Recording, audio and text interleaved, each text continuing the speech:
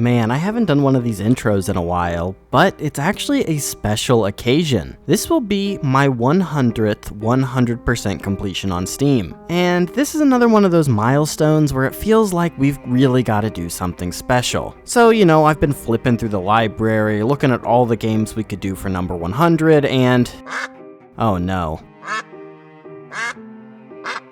Not again. Surely I can't be doing another bird game for a milestone. So today for number 100, we're going to be playing Duck Detective. I've played all of the other games where you're playing as an animal who's a detective trying to solve a crime, and this one's no different. If they keep making them, I'm going to keep playing them, baby. In this game, we're playing as the Duck Detective, a recent detective who is down on his luck and his cash, so we're pretty much willing to take on any mystery that we can to try to make a little bit of money. The game gets played in this kind of weird third-person perspective where the characters are moving around like little pieces of paper, kind of Paper Mario style, and the main thing that we do in this game is look around at different items that are clues for us to help solve other mysteries. So for instance, in our apartment we find this loaf of bread. This gives us access to the word loaf to solve the mystery, and also the knowledge that it exists. The final thing that we look at in our apartment is our rent overdue notice, and this is the final thing to look at, so after we've looked at everything, we can take a look in our journal, and at that point we can solve this area's mystery. And in order to solve the overall mystery of this game, we're going to need to complete these smaller deductions that will get us towards that end goal of figuring everything out. So at this point we realize that the Duck Detective spent all of his money on bread, and that's why he is broke. And we earn the achievement Early Bird for solving our first deduction. But suddenly something pierces the air while we're wallowing in our pity. It's a phone call from a potential client. So obviously we can't afford to pass this up, and we're gonna head over to where they need us. We use the last of our cash to take a bus over to Bear Bus headquarters, where some sort of crime has been committed, but it just seems like a call center, so we're gonna have to do some investigating as to what actually happened here. And our first clue that things aren't going super great here is that there is a customer standing outside before we even get in the building. The customer says their bus was super late and the company refuses to refund them, so things aren't going well here. We step inside Bear Bus headquarters and we immediately have a problem. They actually have this secretary giraffe that's hanging out in the lobby.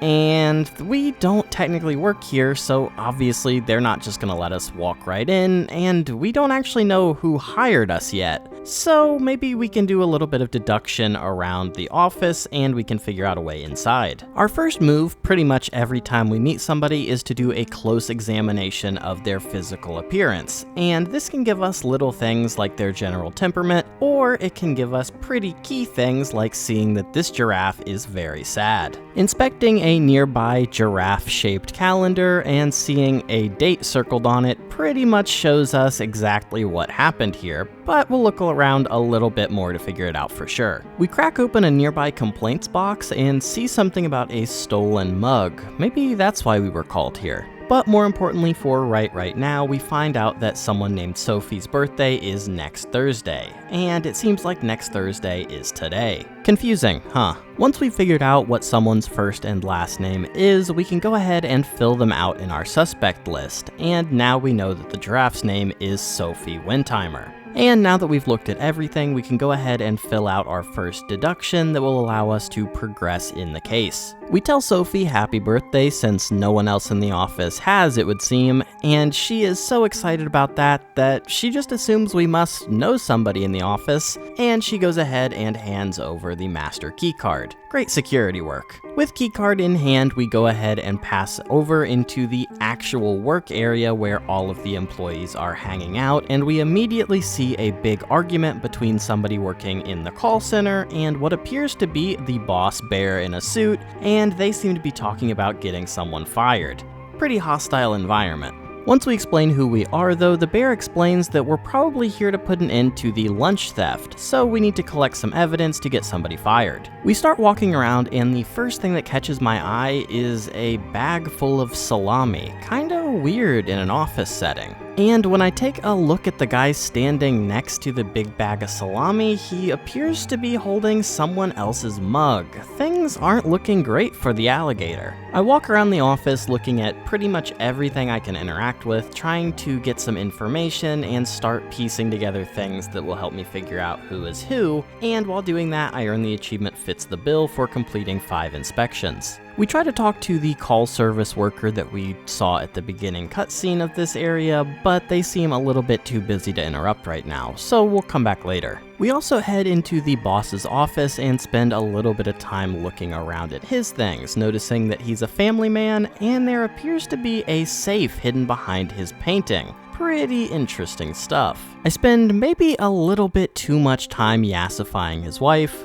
before I move on to looking at Manfred himself, the big branch manager bear. We also learn in this section of the game that once we've figured out something that's part of our investigation, like the customer service cat is named Laura, we can then take that information and use it to interrogate other people that are suspects in the office. This can definitely be a big help in trying to solve the mysteries of this game. We spend some time interviewing the crocodile named Freddy, and we learn that he's actually a pretty big fan of us and our mystery novels. Maybe this guy isn't so bad after all. Now that we've gone around and talked to everybody and looked at everything, we can finish filling out everybody's names and the area that they work in, and that will allow us to access the lunchroom, which is the actual crime scene we need to investigate. There are a bunch of trash cans around the map that I actually knocked over on accident without realizing this was an achievement, but we earn the achievement Rage Uncaged for hitting all of them. When we take a look at the refrigerator, we find the scene of the crime. Someone's food was stolen and a message was left from someone called the Salami Bandit. Wow, this might actually be like a real crime.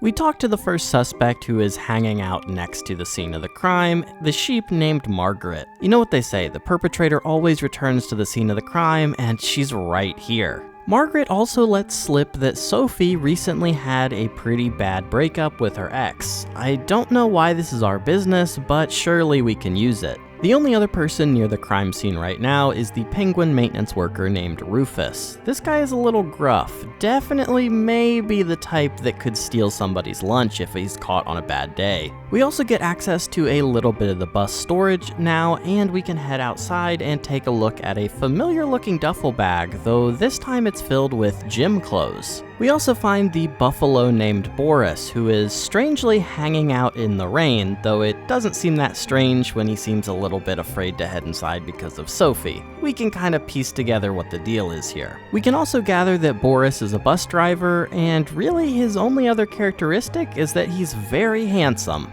Now that we've actually met everyone and know all of their names, we can go ahead and fill out our suspect page and earn the achievement Ducks in a Row for getting all of the names correct.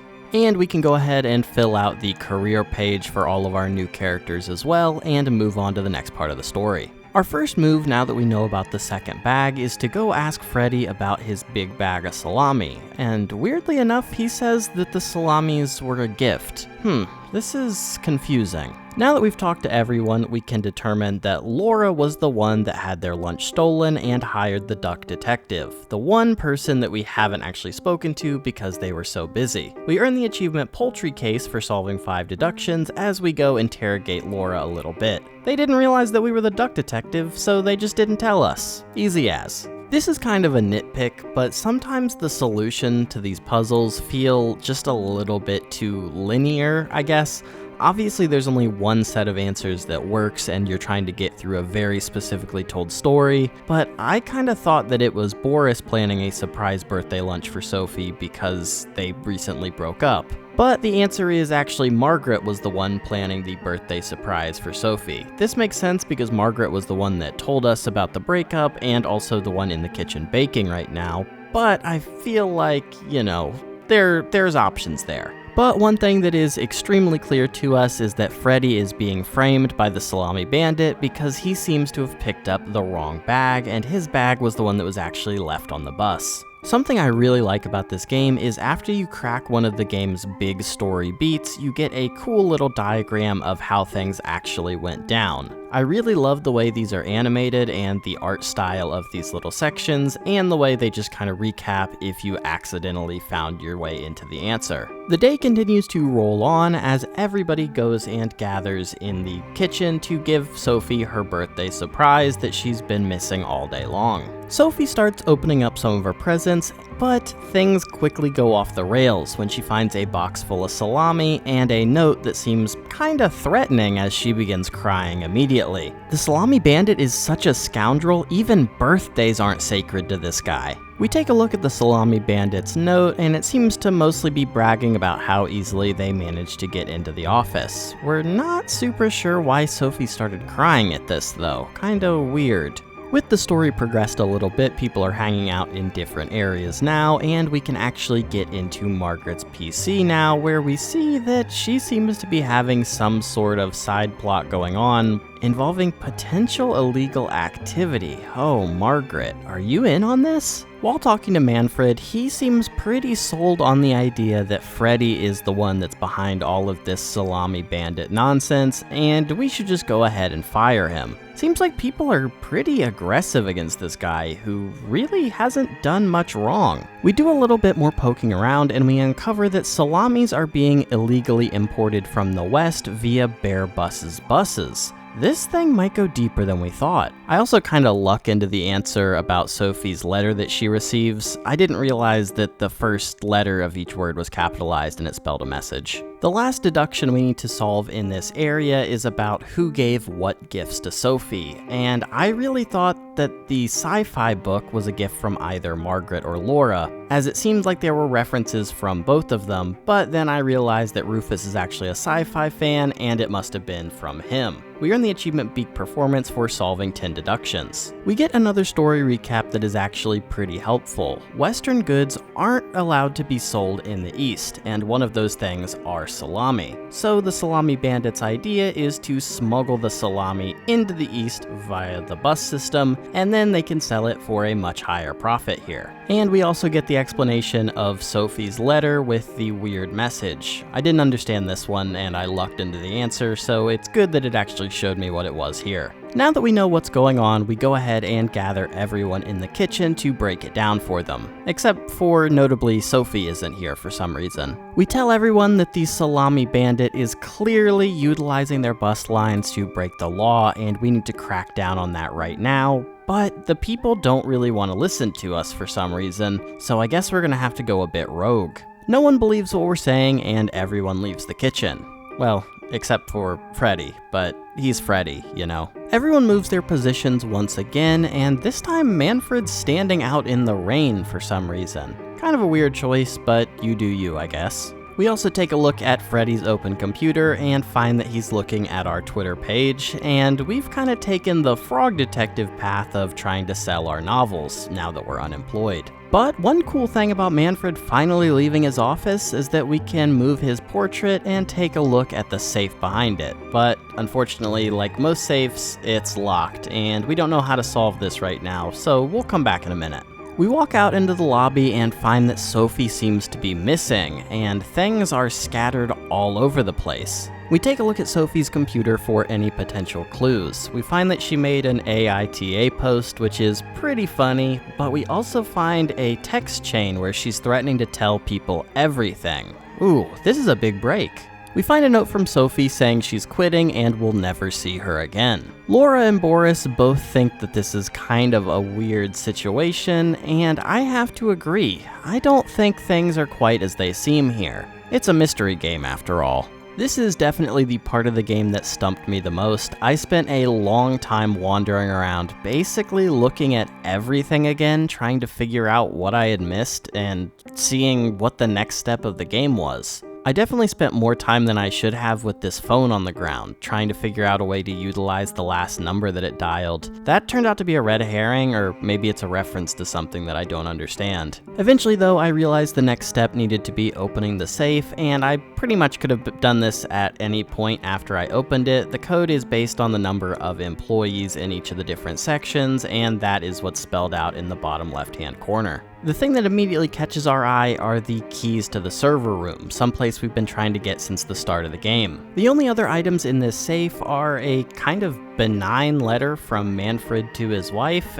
and a much more serious letter with what seemed to be a list of demands and someone threatening Manfred to keep his mouth shut. Okay, we're getting towards the end now. Our next stop obviously needs to be heading towards the server room for our super secret detective mission. We find a mirror that gives us our first up-close look at the duck detective, and he has fingernails? This dude is not as cute up close. The server room appears to be the hangout of whoever it is that's threatening Manfred. We find the eZay listing for a bunch of Bear Bus vouchers and the TV that was requested in the note to Manfred. There seems to be something going on here. We're able to deduce that it must be Rufus who is the one threatening Manfred and the one selling the Bear Bus vouchers illegally. And Margaret is the man on the inside who is stealing those vouchers and sending them to Rufus. This is kind of a crazy plot to uncover, but this isn't why we're here, so I guess we're just gonna ignore it.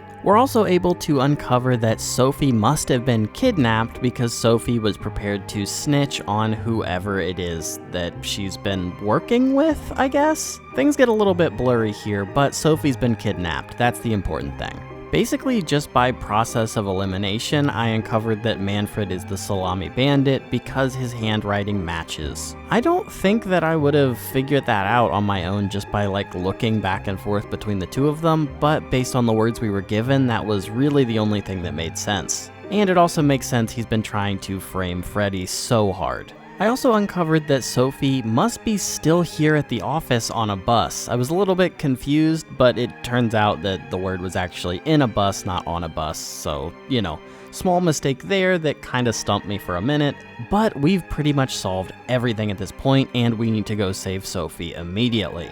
Just kidding, it felt like that was where we were gonna go rescue Sophie, but we've got a couple more things to uncover first. Such as Boris being the first accomplice of Manfred because he's the bus driver that is transporting the salamis physically. The second revelation is a little bit more shocking, learning that Sophie was actually working with the Salami Bandit because somebody needed to convince Boris to go along with the plot. So I guess Manfred must have turned on Sophie right at the end? This is getting crazy. I noticed earlier that the hatch on the bus was closed at this point of the game, so we race out and get Sophie out of that closed hatch before everyone else comes out of the building after us. At this point, we get the final recap of the game. The Bear Bus branch has been suffering losses in a major way. So, Manfred's a family man. He needed to save his family somehow, and the only thing he could think of was becoming the Salami Bandit.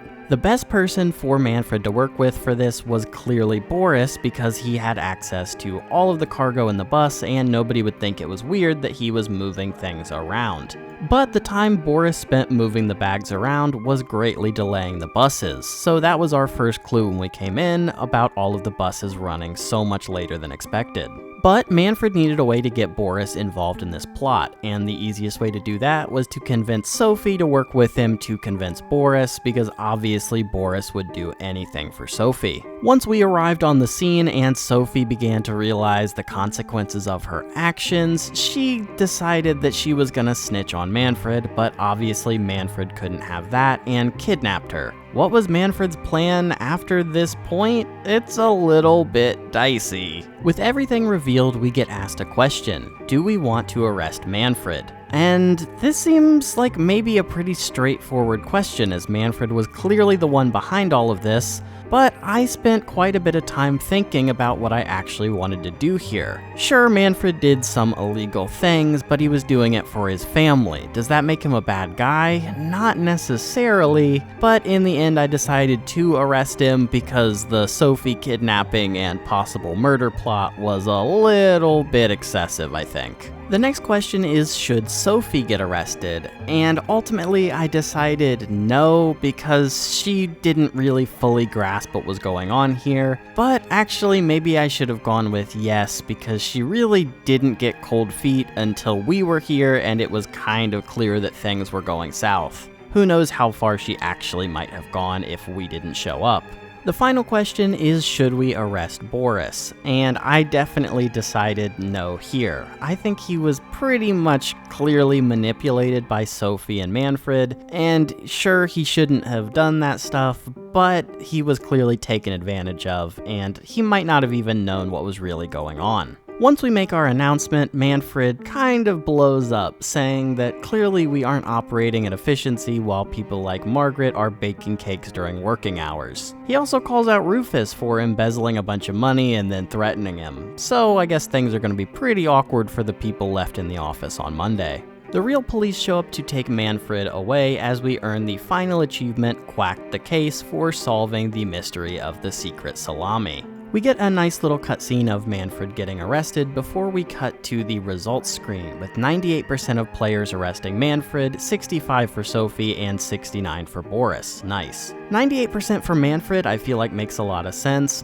but the Boris and Sophie I kind of expected to be a lot lower. I would rather arrest Rufus than either of them. But regardless, it's cool to see the stats, and now we've officially done everything in Duck Detective. I'm on a little bit of a hot streak for playing games that have a really good post-credits cutscene at the end. In this one, the Duck Detective realizes he doesn't have money to get the bus back to his apartment, and he's stranded. He's about to start walking when he realizes that Freddy is there with a car and ready to take him back to his apartment. We said a lot of mean things about Freddy, but he was there for us at the end of the day. We get a cool little scene where we ride together back to our apartment, and if this game gets a sequel, which I really hope it does, I could definitely see Freddy playing a big role in that. This was a super cool game that only took me just over 2 hours to complete, so if you're looking for a very tight 2-hour game, this is a great one to check out. And you could definitely solve the mystery faster. I was a little bit slow at certain parts. This game was a blast to play, and I really hope that this game gets a sequel, maybe developed into a series if that's what the developer wants to go for. This game has absolutely top-notch visuals and voiceover work, and I would really love to see this game succeed. I'm recording this audio pretty close to release, so I don't really know what the critical reception of the game is yet, but I hope this game continues into the future. Thanks so much for watching this video. As always, leave a comment down below with anything you want me to read or respond to. I hope you enjoyed the video, and I hope to see you next week. See you!